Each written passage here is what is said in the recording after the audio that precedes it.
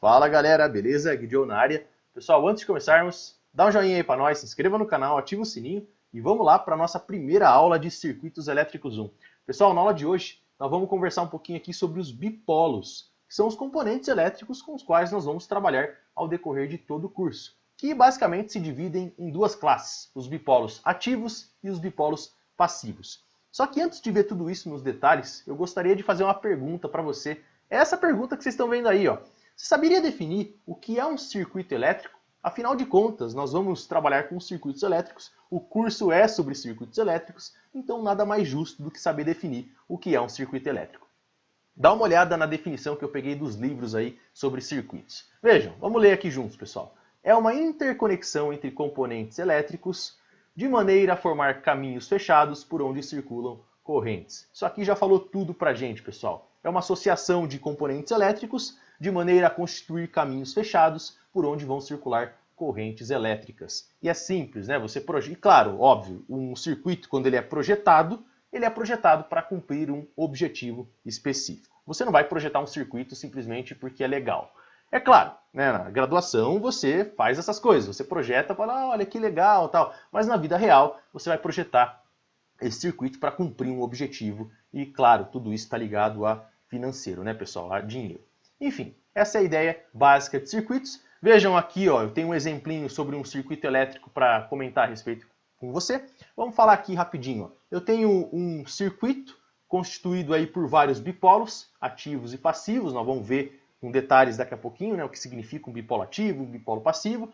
Mas, basicamente, pessoal, vejam o seguinte, ó. Eu tenho que esses bipolos eles são conectados por fios. Se você observar aqui, ó, esses fios que eu estou pintando e destacando em vermelho para você, esses fios são os fios condutores, né, pessoal? Que estão interconectando os nossos bipolos ali de maneira a fechar um caminho, a constituir um caminho fechado por onde vão circular correntes elétricas. Vejam que eu tenho um caminho fechado aqui, por exemplo, que eu estou destacando em rosa para você.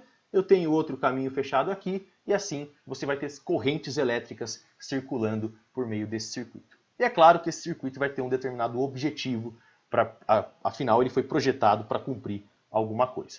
Perfeito. Agora sim, introdução muito bem dada na minha visão, vamos começar a falar sobre os bipolos. O que é um bipolo? Primeira coisa que eu penso aqui é na definição de um bipolo. E a definição está bem aí, ó. É um elemento de dois polos, vamos assim dizer. Por isso o nome bipolo, dois polos. Ou, se você preferir, dois terminais. Eu particularmente gosto mais de me referir aos bipolos dessa forma, né? Um elemento de dois terminais. Tem duas perninhas. Pensa num resistor, por exemplo. Tem lá duas perninhas. O resistor é um bipolo. E os bipolos eles se dividem em duas classes, vamos assim dizer. Os bipolos ativos, que nós vamos ver agora, e os bipolos passivos, que nós vamos ver daqui a pouquinho. Os bipolos ativos, pessoal, significa que são os bipolos que são capazes de fornecer energia para o circuito. Simples assim. Bipolo ativo fornece energia para o circuito. E aqui nós estamos vendo algumas representações clássicas de alguns bipolos ativos. Aqui na esquerda, que eu estou marcando aqui para você agora, ó, são fontes, geradores de tensão. E ali na direita eu peguei dois exemplinhos clássicos de geradores de corrente. Então, tipo, eu tenho fontes de tensão e fontes de corrente. Eu vou anotar aqui para você, sugiro fortemente que você vá copiando aí no seu caderno. Ó. Aqui na esquerda nós temos fontes de tensão, fontes ali de diferença de potencial, né? Tensão elétrica, tá aqui, fontes de tensão. E aqui na direita nós temos fontes de corrente. É claro que esses bipolos eles têm propriedades e nós vamos estudar isso aqui com bastante ênfase ao decorrer do curso. Deixa eu pegar aqui, fontes de corrente. Vamos escrever aqui, fontes de corrente. Beleza, agora vamos dar uma olhadinha nesses símbolos, que esses símbolos eles vão aparecer direto para a gente ao decorrer do curso nos circuitos elétricos e a gente tem que saber identificar o que o circuito está falando para a gente, entre aspas, né, com esses símbolos. Vejam, aqui primeiro começando pelas fontes de tensão, o mais clássico que a gente encontra é esse carinha aqui, ó. É uma bolinha com um sinal de mais e um sinal de menos ali dentro da bolinha. Vocês estão vendo aqui, né? Tem dois sinaizinhos, um sinal de mais e um sinal de menos. Particularmente, esse é o que eu gosto mais de representar nos circuitos e, assim, muito provavelmente a gente vai trabalhar com bastante desses caras aqui ao decorrer do curso, tá certo? que significa esse sinal de mais e sinal de menos, né, pessoal? Isso é importante, ó. Ele está indicando para você o terminal de maior potencial, que é representado pelo sinal de mais, e o terminal de menor potencial, que é representado pelo sinal de menos. Ele tem que passar essa informação para você, senão fica difícil, né, você adivinhar. Isso aí tem que ser dado nos circuitos. Beleza, tem outras representações também, outras variações que são encontradas. Essas duas do meio aqui, ó, geralmente são utilizadas para bateria. Isso aqui você encontra bastante, essa representação. Vamos começar pela primeira aqui, ó. Essa primeira representação, notem que esse gerador de tensão, ele tem um terminal maior, está sendo aqui, ó, estou mostrando aqui para você, um terminal maior, uma barrinha horizontal maior e uma barrinha horizontal menor. Ele está indicando para você com essa barrinha maior que esse aqui é o terminal de maior potencial e a barrinha menor o terminal de menor potencial. Simples assim, não tem segredo nenhum. E a mesma coisa vale para esse terceiro caso aqui, pessoal. Vejam, ó, exatamente a mesma ideia. Ele está indicando ali para você, ele indicou com barrinhas duplas, mas não tem problema nenhum. Ele pode indicar dessa forma aqui também, ó, maior potencial e menor potencial. Eu tenho uma barrinha maior indicando o maior potencial, barrinha menor indicando o menor potencial. Tá aí pra gente. E esses dois outros aqui, que eu estou destacando para você agora, ainda falando sobre geradores de tensão, são bipolos, são geradores alternados, trabalhando aqui com correntes alternadas. Isso aqui é mais comum no curso de Circuitos Elétricos 2, quando nós estamos trabalhando com senoides, em especial no regime permanente senoidal. Aqui no curso de Circuitos 1, esses caras também vão aparecer, só que é mais lá no final do curso de Circuitos Elétricos 1, quando nós estivermos falando de circuitos de primeira ordem, de segunda ordem, sendo até mais específico nessa análise, que é um pouco mais complicada. Mas vejam, pessoal, que aqui tem uma diferença, né? Tem duas variações aqui, para você representar tensões alternadas, que é aquela que, ora, a corrente vai sair por uma polaridade, ora, ela vai sair pela outra polaridade, né? Ora por um terminal e ora pelo outro terminal. Isso aqui tem que ser indicado para a gente e é indicado através do sinalzinho de mais, tá vendo aqui, ó, que tem um sinalzinho de mais e um sinal de menos, ou se você preferir, também a outra variação também é possível aqui, ó. Vejam que ele colocou um sinalzinho de mais ali pra gente. E notem que o que indica o sinal alternado é um tiozinho. Vejam aqui, ó. Quando a fonte tiver um tiozinho, você tem aí a representação. Você sabe que é uma fonte de corrente alternada. É um seno ou um cosseno. Basicamente é isso que está acontecendo. Perfeito. Agora passando um pouquinho aí falando sobre ignorando as fontes de tensão e vamos falar um pouquinho das fontes de corrente, aqui na direita do nosso caderninho digital, eu tenho também algumas representações. A mais comum que você vai encontrar é essa aqui, para a fonte de corrente. A fonte de corrente, pessoal, ela é representada por uma bolinha, conforme vocês estão vendo aqui, e dentro dessa bolinha tem uma setinha que indica o sentido da corrente. Eu não sei se você tem esse conhecimento, mas a propriedade básica de uma fonte de corrente, e isso vai ser visto também nas próximas aulas, a propriedade básica da fonte de corrente é forçar os seus terminais a operar com o valor dessa fonte de corrente, em amperes, e no mesmo sentido dela. Então, tipo, essa corrente aqui, ó, ela vai ter um determinado valor e o sentido é dado por essa setinha aí. Em outras palavras, nesse ramo do circuito onde a fonte de corrente está inserida, vai estar passando uma corrente, que eu vou chamar de I, aqui de uma maneira bem geral, nesse sentido aí, ó, de baixo para cima. E a representação ali da direita, que eu estou destacando aí para você, notem que eu tenho um tiozinho cruzando aquela setinha, é só uma indicação de uma fonte de corrente alternada, assim como a fonte de tensão, né, você tem também fontes de corrente alternadas.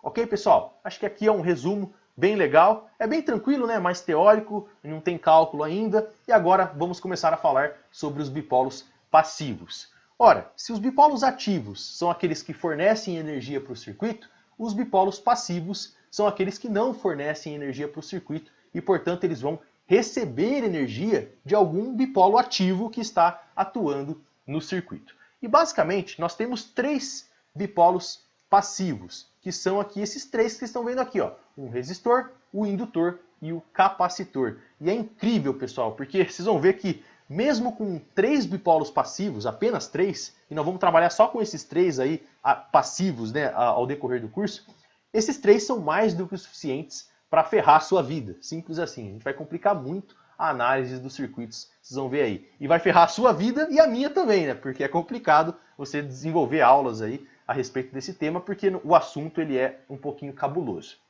Mas assim, e aqui alguém pode me questionar, né? Falar assim, ah, Guilherme, mas espera aí, o indutor e o capacitor, eles são elementos que acumulam energia. Pois é, eles são elementos que acumulam energia. E assim, eu vou classificar eles como bipolos passivos aqui para não complicar muito a sua vida. Mas, na realidade, né, se eu tiver um indutor ou um capacitor e nesse circuito eu não tiver uma fonte de tensão ou corrente fornecendo energia para o circuito, e esses caras aí, ó, capacitores e indutores estiverem carregados, a gente fala assim, né, eles vão atuar como bipolos ativos, eles vão passar a fornecer energia para o circuito. Mas por hora, nós vamos esquecer isso aqui. Nós vamos convencionar esses caras como bipolos passivos por hora, só para não complicar a nossa vida. Mas enfim, pessoal, vamos estudar um pouquinho. Vamos começar pelo resistor aqui, que é o elemento mais simples. Está lá o resistor, ele é representado por uma cobrinha. Não está muito legal aí a minha representação, eu posso até dar um zoom aqui. Vejam, ó, a representação clássica do resistor é uma cobrinha, a gente faz assim, ó, tipo várias ondulações, né, vamos assim dizer. Não ondulações, né, triângulozinhos, vamos assim dizer. Essa é a representação clássica de um resistor. Muito provavelmente você deve conhecer essa representação, porque isso aí é dado lá nos cursos de ensino médio. Mas enfim, ó, resistor, ele é representado, ele possui ali uma propriedade, que é a tal da resistência, que é representada ali pela letrinha R.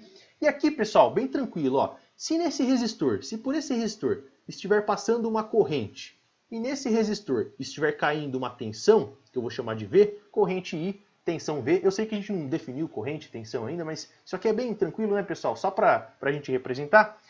Tem uma expressão matemática que me permite relacionar tensões e correntes em um resistor. E nós sabemos que é quem? É a lei de Ohm. Vamos escrever a lei de Ohm aqui, ó. A lei de Ohm, ela me diz que V é igual a R vezes I. Muito tranquilo, né? V é igual a R vezes I.